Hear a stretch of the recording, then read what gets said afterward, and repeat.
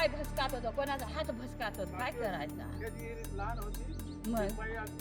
आता हा रस्ता पाहिला ना कसा आहे, पडत यातच ना. ती जिजाऊ, ती सावित्री, ती रमाई अशी तिची अनेक रूपं. कधी नवऱ्याच्या खांद्याला खांदा लावून बायको म्हणून, तर कधी लेकराच्या पाठीवर हात ठेवून लढ म्हणणारी आई. अशा प्रत्येक भूमिकेत ती कुटुंबात आपलं अस्तित्व टिकवून असते आणि म्हणूनच तिची महतीही जगाला सांगितली जाते. कधी काळी चूल आणि मूल इथपर्यंतच मर्यादित असलेल्या तिनं आज पायलट बनून गगनभरारी घेतली असली तरी तिच्या डोक्यावरचा हंडा काही उतरलेला नाहीये. हे ढळढळीत वास्तव ही नजरेआड करून चालणार नाही, कारण गोष्टपेठ तालुक्यातल्या माळेगावच्या महिलांची ही गोष्ट आहे.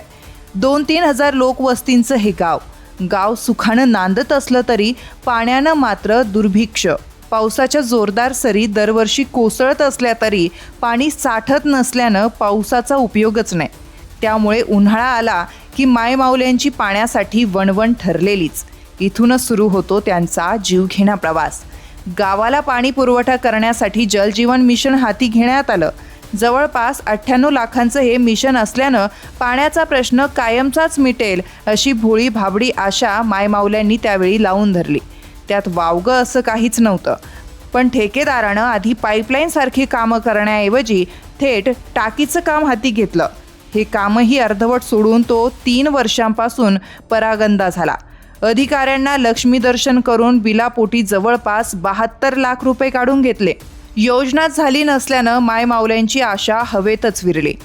ग्रामपंचायतीनं स्वतःच्या खर्चातून रस्त्याच्या बाजूला 200 फूट खाली असलेल्या जुन्या विहिरीला कठडा बांधून घेतला.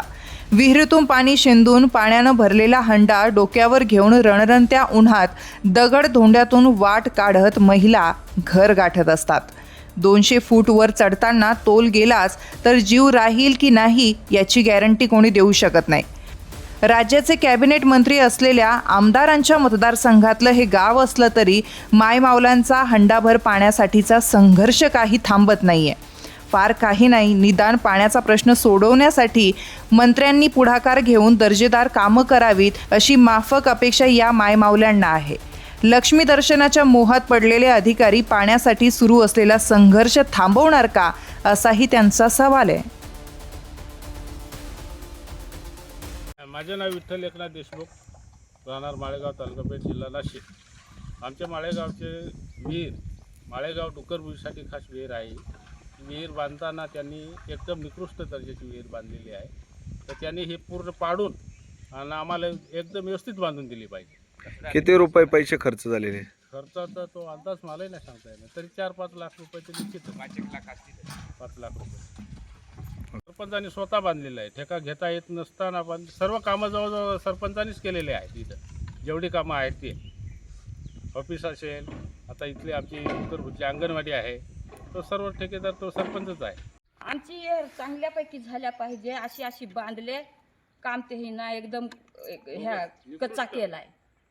आम्हाला चांगली बांधून पाहिजे येहर. जाई पण चांगली झाल्या पाहिजे, येहर पण चांगली झाल्या पाहिजे. तुम्ही किती लांब डोक्यावर हांडे वाहून येता? बाबा पका लांब आला, मग आता काय करायचं. प्यायला पाणी घरी येत नाही का? नाही. आणि पडल्या झडल्या अशा खराब काय रस्त्यातून मग पडत कोणाचा पाय भसकात होतं, कोणाचा हात भसकात होत, काय करायचं मग. आता हा रस्ता पाहिला ना कसा आहे, पडत यातच ना.